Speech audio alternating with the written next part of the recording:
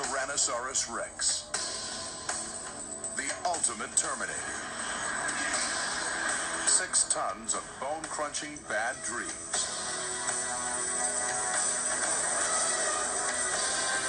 The undisputed king of the dinosaurs. There has never been a serious challenger to... Until now.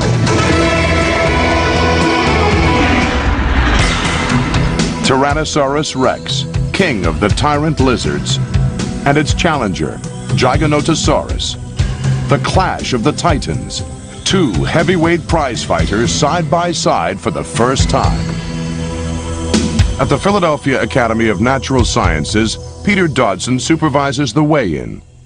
In the red corner, the champion from North America, Tyrannosaurus Rex, 40 feet in length, 10 feet high at the hips, 6 tons in weight, the tyrant lizard king. In the blue corner, the challenger from South America, making its first appearance in 100 million years, 41 feet in length, 10 feet in height, 7 tons in weight, Giganotosaurus, the giant reptile from the south. 2 killer dinosaurs. They lived millions of years apart on 2 different continents, but they were the 2 greatest predators of all time. New discoveries are bringing them back to life. But which was the king of the killer dinosaurs? T-Rex specimens have been found only in North America, and only in the Hell Creek Formation dating back 65 million years. The Hell Creek runs from Alberta in Canada in the north to Denver, Colorado in the south.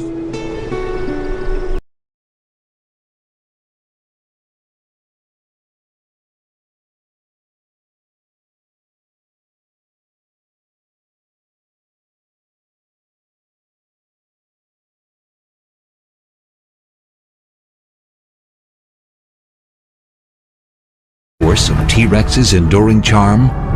7 tons of carnivorous fury, a head the size of a meat locker on a body bigger than a school bus, dagger teeth as long as railroad spikes, capable of ripping off 500 pounds of flesh in a single bite, a mouthful of slashing teeth. These teeth are sharp, are very flat and very sharp. So they work just like knives, just like we use knife for when we are eating a steak. So at the same time, these teeth are very weak. They are not strong. They're not as strong like Tyrannosaurus Rex teeth.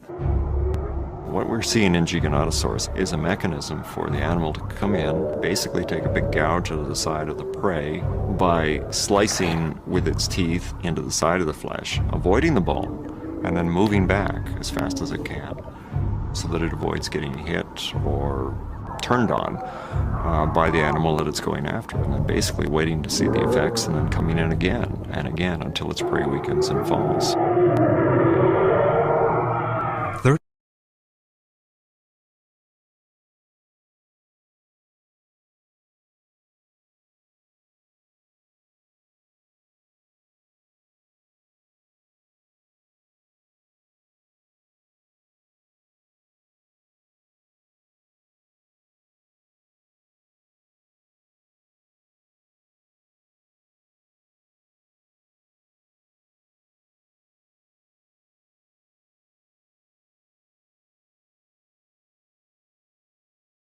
35 million years later, T-Rex was a very different animal. Just as big, perhaps, but with a narrower frame, smaller front limbs, and more robust jaws. With this different body came new weapons, teeth of a very different design. T-Rex teeth, unlike any other meat-eater's teeth, are huge, swollen, armor-piercing spikes, not blades. They're not knives. These are armor-piercing bullets for cracking and crushing. All of the other giant meat-eaters, all of them, have teeth that are much sharper in the front and back, much thinner side to side. Good for slicing, but if they hit a bone, they just break, they'd snap. It was T-Rex's massive head and jaw muscles which made it a powerful predator. Tyrannosaurus rex has the most incredible bite and biting power of any dinosaur that has yet been found. He's got some 6 and 8 inch long teeth that poke out of the jaws. Now these teeth are shaped quite similar to a knife, but rather than being flat like a knife, they're shaped round like the end of this pick. This gives Tyrannosaurus rex the ability to not only just cut through meat, but also to be able to punch through bone. The bite force of alligators, fearsome killers near water, is around 6,000 newtons. The lion, known as the king of the savannah, has a bite force of 4,000 newtons.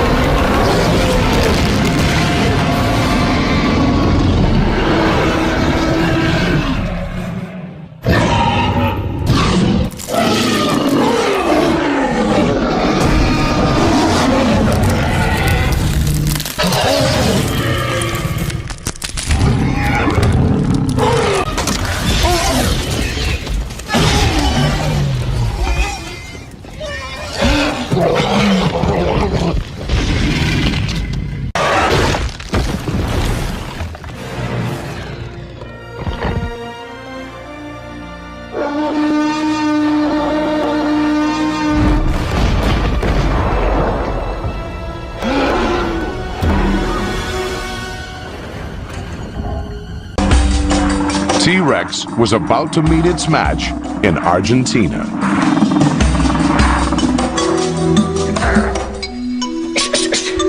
The ultimate challenger to T-Rex was trained in the vastness of Patagonia and was named Giganotosaurus, the giant reptile of the south. It comes from the same stable of fighters as its sparring partner, the shark-toothed killer from Africa. 150 million years ago, South America and Africa were still joined, and the ancestors of the two heavyweights were free to roam across the continents. Scientists had believed that South America split off from Africa about 130 million years ago.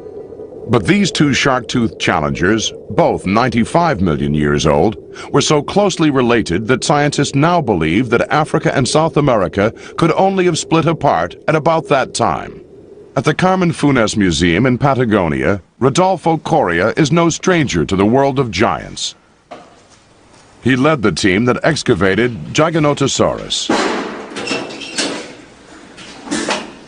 Today, they are setting out early, and with some excitement. They have found another giant. Argentina is fast becoming the Texas of the paleo world. Everything seems bigger there.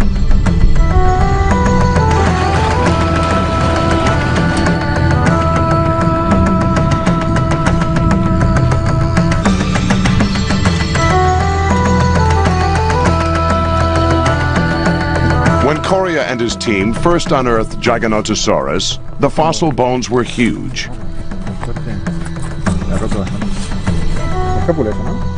When they reached the end of its shin bone, they realized that it was not only the biggest meat eater known in South America, it was the biggest carnivore in the world. It was really exciting because, you know, it doesn't happen every time to find the records in dinosaurs.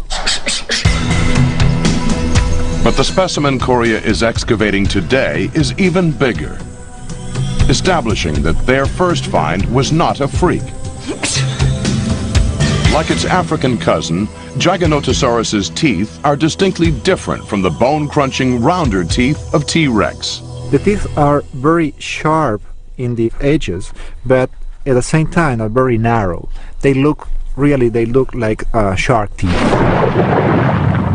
Giganotosaurus's eyesight was not as sharp as T-Rex. Its eyes were in the side of its head. As a hunter, it would be poor at judging distance, having to bob and weave its head up and down and side to side to pick out its prey against a background.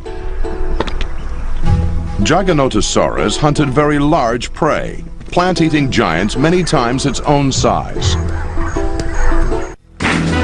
In the red corner, representing North America, champion killer of the prehistoric world, the tyrant lizard king.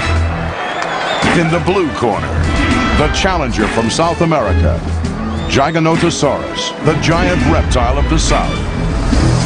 A pre-fight assessment from the experts. The smart money's definitely on the reigning champion. He's got a brain size twice the size of his opponents. He's able to think faster on his feet, check out his opponent's moves. Paleontologist Ted Daischler has been following Giganotosaurus, the giant. The truth is, the giant's a bit of an unknown quantity. Only one skeleton has ever been found, and no one's had a good look at him in a fight. But judging by the looks of him, I'd say he's a bruiser, a slugger.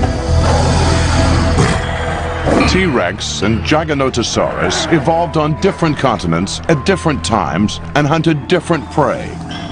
Giganotosaurus took on animals several times his size, while T-Rex preyed on animals smaller than he was. T-Rex likes to go in for a quick kill, rather like a lion does today. A slashing of jaws, a ripping of flesh, a crunching of bone. The word is that the giant packs his prey quickly and violently, and backs off to survey the damage. He may follow his prey like the Komodo dragon today, waiting for the animal to weaken and attacking again. And like the Komodo dragon, the giant's mouth was a toxic breeding ground for virulent bacteria.